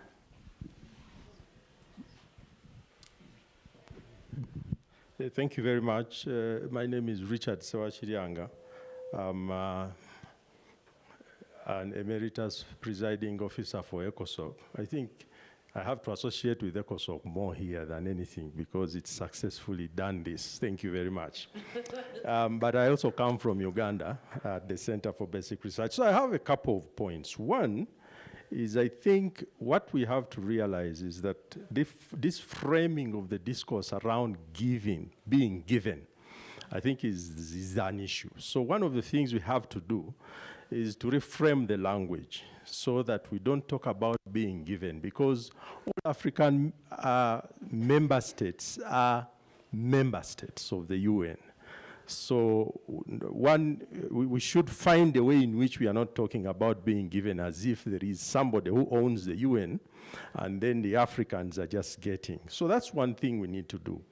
But also, I realize that the discussion here can very quickly turn into a self-bashing game where we say Africa has too many problems, unless we solve it, we shouldn't do anything else. The other day, we had a sister of ours who gave us this analogy of, flying the plane as we build it. I think this is where we are, that like it or not, there will be issues to solve on this continent, but there will be global issues to pay attention to. The issues around conflicts, poverty, bad leadership, blah, blah, we have to solve them. But that doesn't mean that we must first solve those before we become real players in the UN. So I guess that for me, that's an issue, which is to say, let's see how to solve those issues on the continent, but also engage. Lastly, I think since we are talking as civil society organizations here, I think the ECOSOC has a very interesting infrastructure that was put up, which is one that is able to create a footprint across every member state of Africa. I think it's time to do that. I hear the decision was agreed to today, because I wasn't there. But if we could do that, so that the discussions on how the AU operates, how citizens organize around these strategic questions that are not about one country, can start happening in an infrastructure that has linkages to the AU that then can have linkages to the UN. I think what is missing is that, civil society can do small projects, but if you do not have like a country chapter of ECOSOC that is strong enough to bring together a collective voice, it becomes very difficult to create the meaningful change that we want. So I think, William, this is a practical thing that we must do to create that footprint, both here and in the diaspora, because the diaspora, we know they are still working on the framework and all that, but I think that needs to happen, but also the continental footprint, so that these questions, we can start saying, citizens, can we agree? That will mean also doing some localizing. Localizing meaning that we have to be able to say, okay, what does this seat on the Security Council mean in the village that I come? I just thought about one proverb in Uganda where we say, "Ataliwo tagwirwa muti," meaning that if you're not there, the tree cannot fall on your head. So if we use such a proverb, yes, people will connect that, yeah, being in the Security Council is important because, yeah, if the tree has to fall on us, let it fall on us because we are all there, or something like that. But localizing this discussion will also be important. But I wanted to just give a few of those. Thanks. Thank you so much, Brother Richard.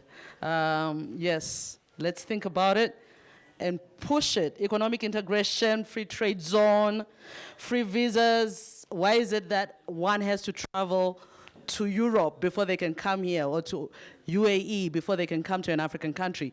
All these things we need to think about, even as we try to push for more important, because once we seem united ourselves, the world will see we're stronger. Sir. Yes, blessed love to everyone. My name is Honorable Priest Richmond McKinney. I'm from the Bahamas in the Caribbean. I came here to be a part of this symposium from Monday to now. I listened to everyone speak about what we need to do concerning the UN. And my take on that is, how can we make Africa great again? And I listened to a lot of civil society, and I listened to the governments through the Caribbean and also in Africa. I watched the UN conference, or the UN, when they come together and speaking on issues. And when I see the United States, and I see China speak, and I see France speak, and when time for the African leaders to speak, the place empty. I don't see how they know what's inside the room, really. When the leaders from Bahamas speak, the conference hall really empty. So no one really listen to us. That's what I see. So how can we be great again? We have to go back to how the gentleman said, the spirit of Nkrumah. We talk about one Africa, the United States of Africa, bringing Africa to one president, one republic, one currency, one national anthem, one national flag. I think that's how we can make Africa great again. We have to start back from the bottom. If the foundation crooked, the whole building will be crooked. So the AU talking about it backing without no bite, biting without no teeth. So for us to really be strong, we have to unify ourselves, and by making ourselves one republic of Africa. And that's what I come to declare amongst my brothers and sisters, that we have to unite. And the only way we can unite is being one republic. Because we don't try this from 1963 to now. We see all the chaos take place in the continent. And our hope in the West is for Africa to be strong so we could be strong. The Chinese in the Bahamas, in the Caribbean, they're strong because China is strong. The Americans all over the world are strong because America is strong. Africa weak, so we in the Caribbean we weak. And Africa have 2/3 of the world resources. There's no reason we should be weak. We need one army, one navy. That's my take. Bless and love. Final input here, question, and I'll go to my panelists. Okay, thank you very much. Good afternoon, everyone. This is Tasfai from the Institute of Global Peace and Conflict Management. I heard Professor Tim mention that even the UN has not utilized their reviewing mechanism for the last 70 years. So when it comes to Africa, let alone non-permanent seat, as we know, Africa didn't even have, let alone permanent seat, it didn't even have a permanent seat, a non-permanent seat for the first decade of the UN's existence. It was in 1956 that after Libya was admitted as a non-permanent member of the UN Security Council that we get access to the Security Council. So even today, despite decades of contribution and being the central agenda of the UN Security Council, we are questing for permanent seat. But like in this world, most of the time, you get what you negotiate, not what you deserve. So but most of the time we are hesitating. Most Africans are hesitating for this, even to raise the issue of reparation. Even when my sister, the professor of African Studies, was mentioning about withdrawing from the UN, if we are not considered as co-equals in the council, the room was turned into silence, because we are hesitating even to ask this kind of questions. Even I have seen in our initiatives, some of initiatives about the reparation are like they try to readjust or to run away from the theme of the year, reparation. For the last couple of years, they were working every year in the theme of the year. Education last year, they were working even previously. But this year, they were even afraid to raise the issue of the reparation. And they were I was trying to review a couple of concept notes, and they were saying that, okay, we should change the theme of the year, because out of concern, they may jeopardize their donor or support from the Westerners. So my direct question is, how do we break this cycle of hesitation and take proactive steps to ensure Africa's rightful place within a permanent seat, then truly repositioning the continent in global decision making? Thank you very much. Thank you very much, everyone. That was a fantastic provocation as we go towards the end. Professor Murithi, I'll start with you, and then each of you, please give me 2 minutes as we conclude about this topic. Yeah, go ahead. Okay, thank you, colleagues. Thank you, everyone who's intervened, and thank you for your very impressive insights. One thing we haven't heard mentioned is the idea of Pan-Africanism. You will find it in African Union documentation. This idea has a very long history, going back to the 17th, 18th centuries. And it was given a very strong push by Africans in the diaspora, in the Caribbean, in North America, before it landed in Africa. And the OAU, Organization of African Unity, was established out of that idea of Pan-Africanism. The African Union subsequently took over, and indeed, there is a sixth region. The Caribbean, the diaspora are all members of Africa. What you've identified is we have a failure of communication. But that happens with people who've been deeply traumatized. So we need the Prime Minister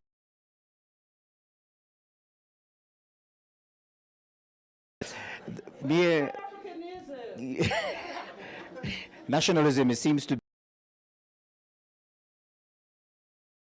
So Mia Motley, Prime Minister of Barbados, as a member of the sixth region.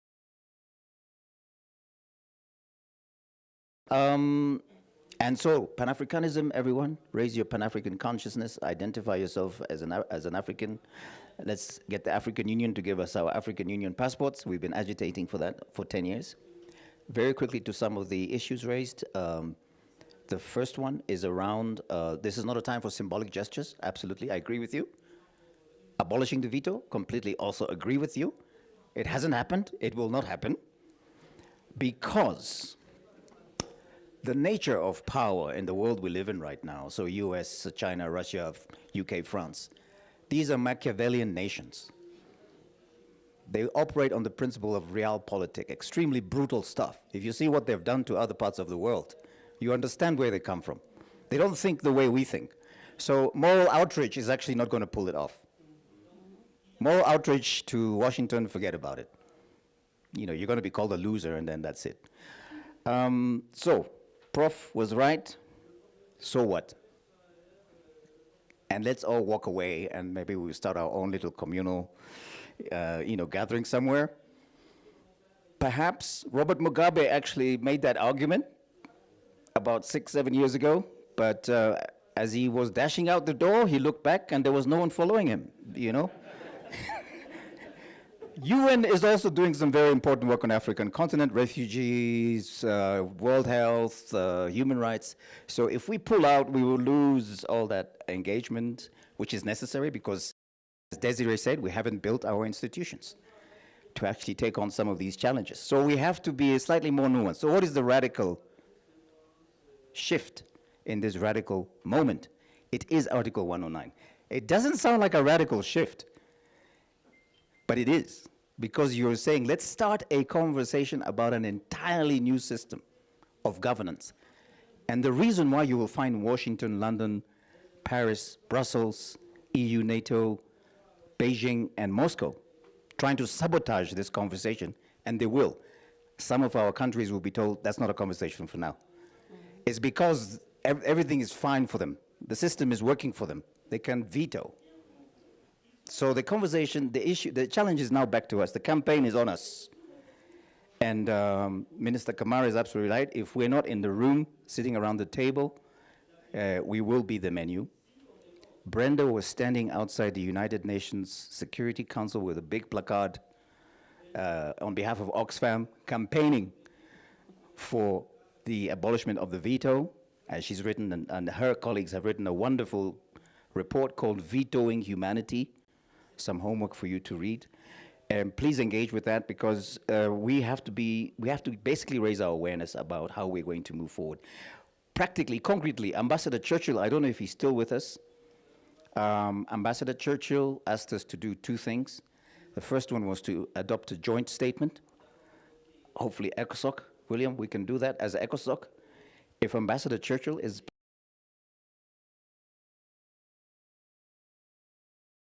to engage the AU.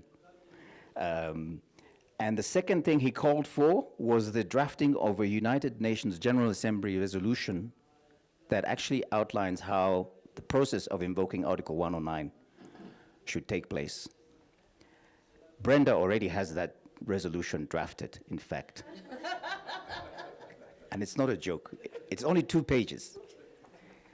Brenda is, Oxfam International is one of the conveners of the United Nations Coalition for Charter Reform, which is a small outfit which started in May last year at the end of the summit. IGR, Institute for Justice and Reconciliation, is also a member of that coalition.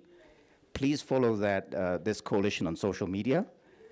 You will find that GA resolution on the socials. It's already been drafted.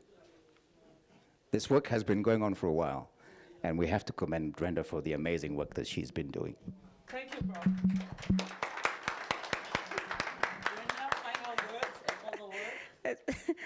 Since Professor Murithi feels that I'm so powerful, let me just begin by saying we talked about, I'm very happy that the minister talked about the need for us to be in the room. And indeed, it's very important that we continue following what is being discussed in the room. The IGN has a calendar, and the IGN has a model of discussions where it's transparent, so it's online.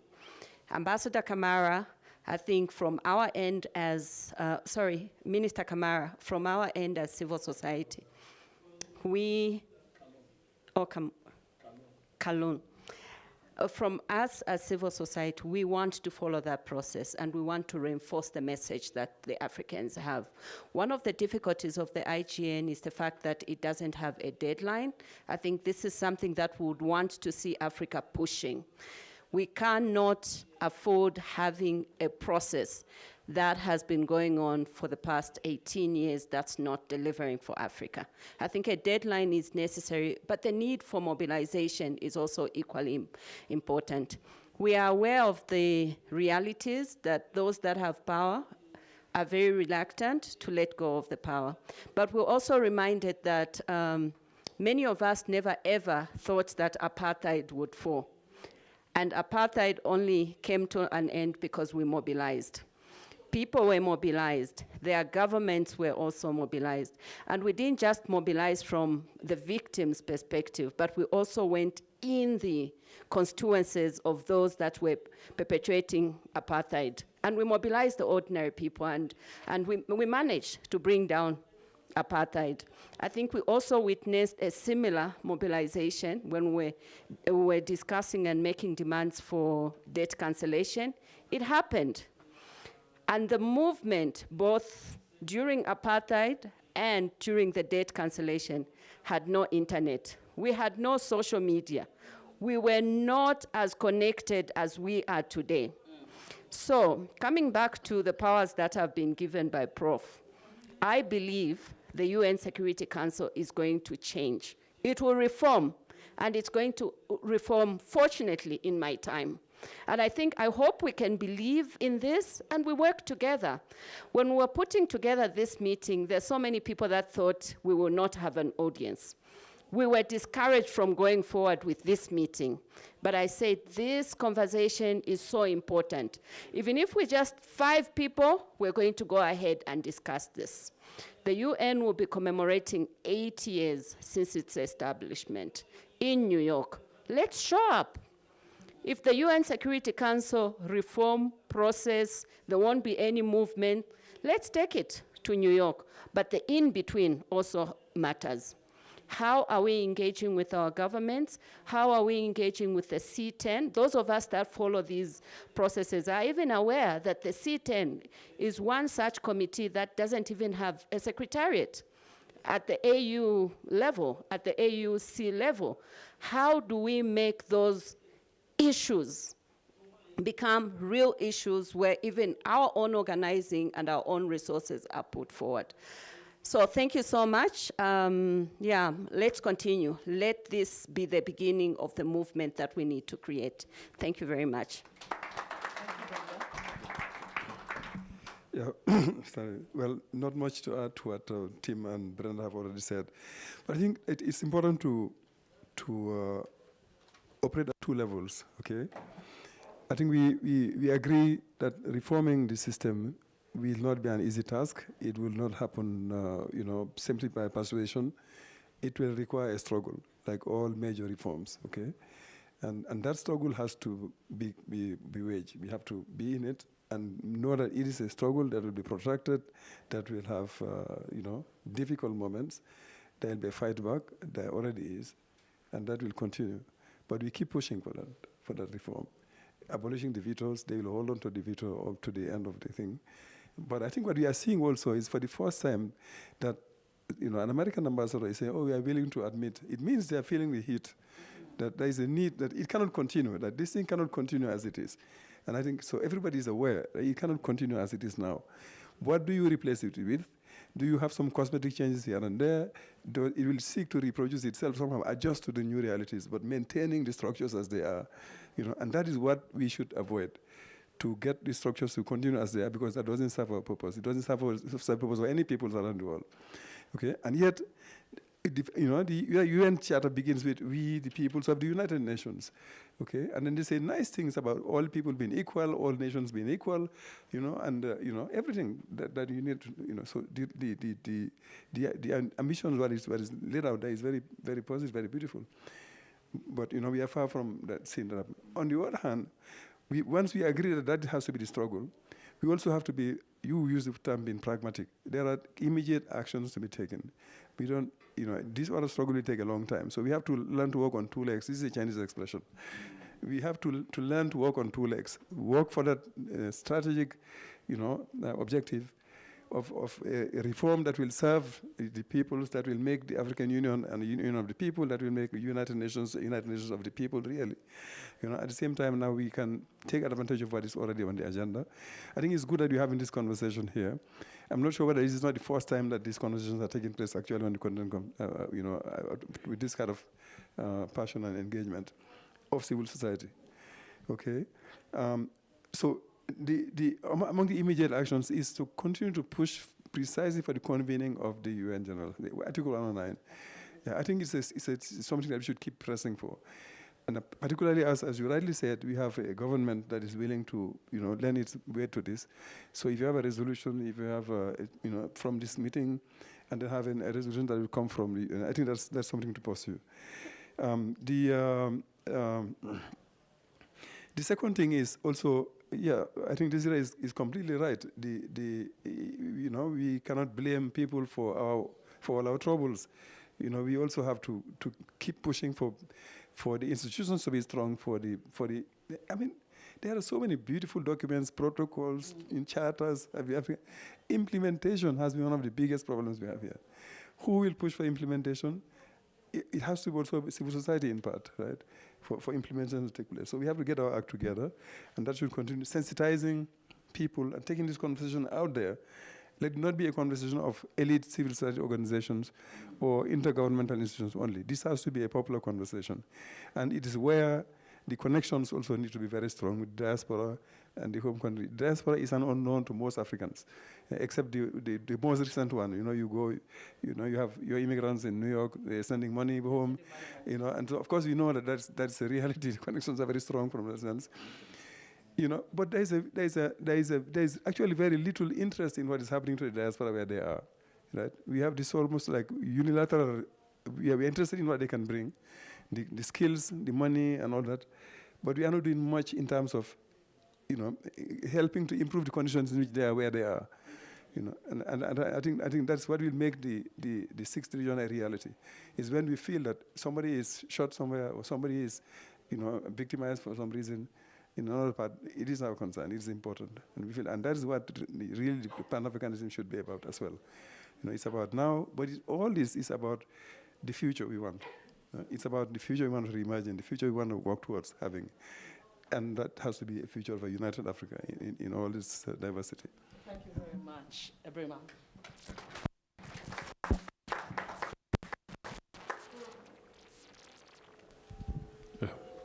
Yeah, thank you very much. I want to conclude with four points. Let's do this. Yes, so 4 points. One is for us to move away from, and I'm taking it from the citizen engagement point of view, is for us to move away from a fragmented approach. And in fact, what we have demonstrated here, when you look at the various organizations that have come together to organize this meeting, it's an indication that when we come together to work together, we're able to amplify our voices in a much more louder manner as compared to if we want to go alone. So it is important that all of us be part of the global movement so that we're able to pursue and advocate for the change that we want to see. That is one. The second aspect beyond working together is how do we engage with the communities? And I think we have to be deliberate and intentional in our programmatic approach. We need to move out of the four corners of buildings like this where we give nice speeches, but then engage the community for purposes of leadership and ownership. We've seen the aspects of the level of awareness, even at the elite stage. It's very low. Let us say those that are at the community level. And if we want to effect that change, we need to empower the community. So we need to move in terms of our programmatic approach to the community level and have this kind of a discussion at the community square and ensure that citizens are also part of it. The third aspect, we need to get the media to tell our story. We should not allow the story to be distorted out there. We need to have the media to be able to tell our story and the manner at which we want to pass the information. And then lastly, our engagement with our political leaders. Are we going to continue to be inviting them in meetings like this and we know they will not come, or they will give a speech that has been written and then they go? What are the other ways we can engage our political leaders? For instance, we have minister in our midst now. If minister is going to participate in cabinet conversation, he is well informed, he understands and felt the perspectives and the feelings of the citizen. He can be able to contribute into that conversation that will inform decision that will be a decision that will be beneficial to us. So I think we should stop talking to ourselves as civil society organization. We should be able to create a platform where when we speak to ourselves, we find ways and means to interface with the policymakers so that the issues that we have discussed, we're able to pass it on so that they take it on board and take the necessary decision to move us further. So I want to thank you all, and I want to thank again IJR, Oxfam, and the Bahia International Center, Trust Africa, the United Nations Coalition for Chartered Reform, and the Coalition for the UN We Need for coming together to organize this powerful deliberation. It has been indeed informative. We have had the participation of member states, both within the African continent and out of the African continent, and many international organizations that have been with us. Let's keep the momentum and let's continue to work together in this manner. Thank you.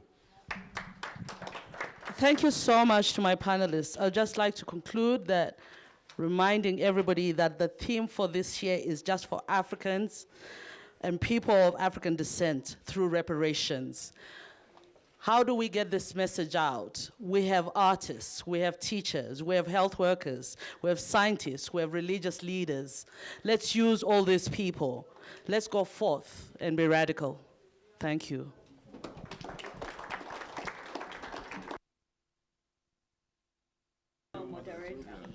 Okay, and thank you very much. A round of applause, my brilliant, fantastic